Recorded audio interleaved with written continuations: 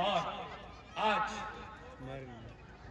اس دھرنے میں گندکوٹ کے مقام پر جو ہم نے ہائی وے بند کیا ہے، پنجاب جانے کی رسد بند کی ہے، آج اس دھرنے میں وفاقی حکومت اسلام آباد میں بیٹھے ہوئوں کو، پنڈی میں بیٹھے ہوئوں کو، لاہور میں بیٹھے ہوئوں کو 48 گھنٹوں کا الٹیمیٹم دے رہا ہوں کہ 48 گھنٹوں میں فیصلہ واپس لو، نوٹیفیکیشن دو، اگر نہیں کل کھوٹکی کے بعد پرسوں 48 گھنٹے سکتر کے جلسے میں پورے ہوں گے، وہاں میں وہ اعلان کروں گا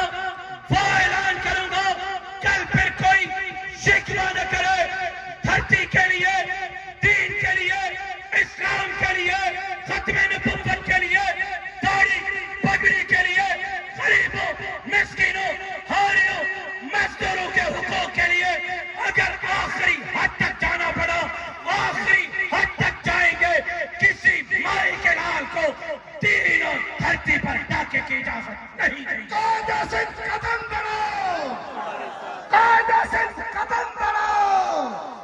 48 گھنٹوں میں فیصلہ واپس لو، نوٹیفیکیشن لاؤ، اگر نہیں 48 گھنٹے کے الٹیمیٹم پر آپ نہیں سدھرے تو اگلا اقدام اس سے زیادہ خطرناک ہے۔ انشاءاللہ وہ لاہور جانے کا بھی ہو سکتا ہے، وہ اسلام آباد لانگ مارچ کا بھی ہو سکتا ہے، وہ پنڈی کے لانگ مارچ کا بھی ہو سکتا ہے۔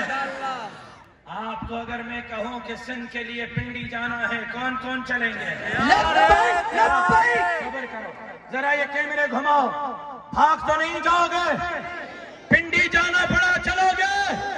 اسلام آباد جانا پڑا چلو گے؟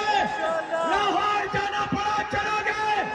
اور اگر میں نے کہا کہ 1 سال بارڈر بند کرنا ہے، 1 سال کے لیے بند کرو گے؟ اگر میں نے کہا گردنیں کٹوانی ہے، دین اور دھرتی کے لیے کٹواؤ گے؟ جیل جانا پڑا جاؤ گے؟ ایف آئی آروں کا سامنا کرنا پڑا کرو گے؟ سن لو حکمرانوں، اس لحاظ سے مجھے میری جماعت کو نہ لے جاؤ، سدھر جاؤ، 48 گھنٹوں میں فیصلہ واپس لو، ورنہ سکر کے اجتماع سے اگلے لاہے عمل کا اعلان کریں گے۔ سائیں